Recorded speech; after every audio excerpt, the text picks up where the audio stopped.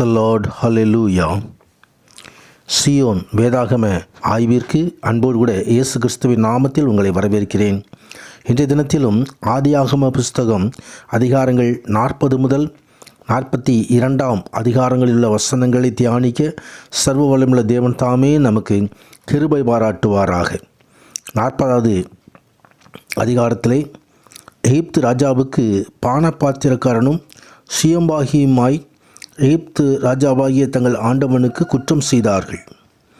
எனவே அவர் அந்த 2 பேரையும் பார்வோன் கடும் கோபம் கொண்டு யோசேப்பு வைக்கப்பட்டிருந்ததான அந்த சிறைச்சாலையிலே கொண்டு அவர்களையும் அடைக்கிறதை பார்க்கிறோம். அந்த தலையார்களின் அதிபதி விசாரிக்கும்படி யோசேப்பின் வசத்திலே அவர்கள் ஒப்புவிக்கப்பட்டார்கள். அவன் அவர்களை விசாரித்து வந்தான். அநேக நாள் அவர்கள் காவலில் இருந்தார்கள். அப்பொழுது அவர் 2 பேரும் கனவு கண்டதை குறித்தும் அந்த கனவுக்கு அர்த்தம் சொன்னதை குறித்தும் நாம் இந்த அதிகாரத்திலே நாம் பார்க்க முடியும். ஆண்டவராகிய தேவன் யோசேப்பு உண்மையாய் இருந்தபடியினால் கர்த்தர் யோசேப்போடு இருந்து ஆவிக்குரிய ஒரு வரம், சொப்பனத்துக்கு வியாக்கியானம் செய்கிறதான ஒரு வரத்தையும் ஆண்டவர் கொடுத்திருந்தார். எனவே இந்த பானபாத்திரக்காரன் மீண்டுமாய் விடுதலை பண்ணப்பட்டு அரண்மனையிலே மீண்டுமாய் தனது வேலையிலே அமர்த்தப்படுவான் என்பதை அங்கே முன்னறிவிக்கிறதான ஒரு காரியத்தை பார்க்கிறோம். அதே மாதிரி சுயம்பாகி தூக்கிலிடப்படுவான் என்பதையும் யோசேப்பு இந்த கனவுக்கு விளக்கமாக வரப்போகிறான காரியங்களை முன்னறிவிக்கிறதை குறித்து பார்க்கிறோம். கர்த்தருடைய பரிசுத்த நாமத்துக்கு மகிமை உண்டாவதாக. பரிசுத்த ஆவியானவர் நம்மோடு இருப்பாரானால் அவர் நமது வாழ்க்கையிலே கனிகளையும் வரங்களையும் தந்து அவர் நம்மை அலங்கரிப்பார். இந்த ஆவியானவரை நாம் பற்றிக்கொள். கர்த்தரே ஆவியானவர் எங்கே உண்டோ அங்கே விடுதலை உண்டு என்று வேதத்தில் எழுதப்பட்டிருக்கிறது. 41ஆம் அதிகாரத்திலே இப்பொழுது யோசேப்பு சொன்னபடியே நடந்தது. இப்பொழுது பார்வோன் சொப்பனங்களை காண்கிறது குறித்து இந்த அதிகாரத்தில் எழுதப்பட்டிருக்கிறது. எகிப்து ராஜாவாகிய பார்வோன் என்பது எகிப்து ராஜாக்களுக்கு உள்ள பொது பெயர். எந்த ராஜா வந்தாலும் பார்வோன் என்று அழைக்கப்படுகிறதை நாம் பார்க்க முடியும். இப்பொழுது அங்கே நதியிலிருந்து வரிதான பசுக்கள், கேவலம் நல்ல கொளுத்த பசுக்கள் முதலில் வந்தது. 2வது அவலட்சணம் கேவலமான பசுக்கள் வந்து அந்த அழகும் புஷ்டியுமான பசுக்களை பட்சித்து போட்டது. மீண்டுமாய் நித்திரை செய்தபோது மீண்டுமாய் கனவு வருகிறது பார்வோனுக்கு. செழுமையான 7 கதிர்கள் ஓங்கி வளர்ந்திருந்தன. அதற்கு பின்பு சாவியானதும் கீழ்காற்றினால் தீர்ந்ததுமான 7 கதிர்கள் வந்து முந்தைய செழுமையான கதிர்களை விழுங்கி போட்டது.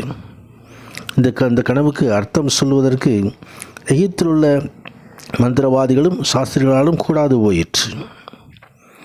இப்பொழுது இந்த பானபாத்திரன் மூலமாக ஏற்கனவே இந்த பானபாத்திரக்காரனுக்கு யோசேப்பு சொப்பனம் சொல்லி நடந்ததை குறித்து பார்வோனுக்கு தெரிய வருகிறது.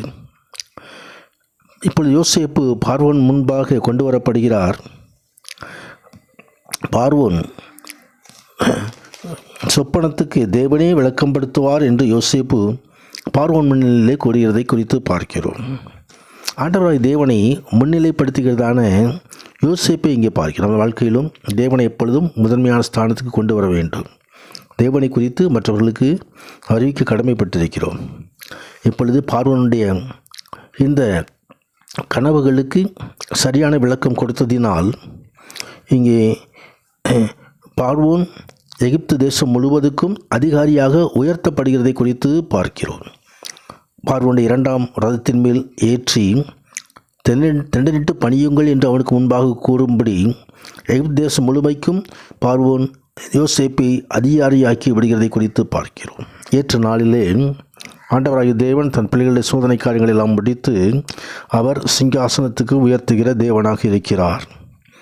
தன்னுடைய சகோதரரால் யோசேப்பு வியாபாரிகளுக்கு விற்கப்பட்ட பொழுது 17 வயதுள்ளவனாக இருந்து இப்பொழுது 13 ஆண்டுகள் அடிமையாக இருந்து அதன் சுமார் 3 ஆண்டுகள் அடிமை வேலையை செய்து 3 சிறைச்சாலையில் அடைக்கப்பட்டு இப்பொழுது ஆண்டவராகிய தேவன் அவர் சிங்காசனத்தின் ஆசீர்வாதத்தை தருகிறார். இது இப்போ 42வது அதிகாரத்திலே யோசேப்பின் சகோதரர்கள் எகிப்துக்கு வருவதை குறித்து பார்க்கிறோம். அங்கே கானான் தேசத்திலேயும் கொடிய பஞ்சம் நிலவினதனால் யாக்கோபு தன் குமாரர்களை அழைத்து எகிப்திலே போய் தானியம் கொண்டு வரும்படி அங்கே அனுப்புகிறதை குறித்து பார்க்கிறோம். 10 குமாரர்கள் இங்கே எகிப்துக்கு வருகிறார்கள். யோசேப்பு என்பதாக வந்தபொழுது யோசேப்பு அவர்கள் அடையாளம் கண்டு கொள்ள முடியவில்லை. ஆனால் யோசேப்பு அவர்களை அடையாளம் கண்டு கொண்டான். அவன் தன்னை அவர்களுக்கு வெளிப்படுத்தவில்லை. அவர்கள் அவனுக்கும் அவருடைய தகப்பனுக்கும் பல ஆண்டுகளுக்கு முன்பாக துரோகம் செய்தவர்களுக்கு உண்மையாகவே மனம் வருத்தப்படுகிறார்களா என்பதை இதன் மூலமாக அறிந்து கொண்டான். மீண்டுமாக அந்த யோசேப்பு பெண்ணிமீனையும் கூட்டி வரும்படி செய்கிறதான காரியங்களை குறித்து பார்க்கிறோம். உன்னதரான தேவன் தாமே நம்மோடு இருந்து நம்மை நடத்துவார். நமக்கு துரோகமாய் நமக்கு வெறுப்பாய் பல செய்த காரியங்கள் இருக்கலாம். ஆனால் எல்லாவற்றையும் சகித்து கொண்டு தேவ சமூகத்தில் காத்திருப்போமானால் தீமைகளை நன்மையாக மாற்றுகிற தேவன் நம்மோடு உண்டு. அவர் நம்மை நடத்துவார், அவர் நம்மை ஆசீர்வதிப்பார், அவர் நம்மை மேன்மைப்படுத்துவார். பரிசுத்த நாமத்துக்கு மகிமை உண்டாவதாக. ஆமேன், ஆமேன்.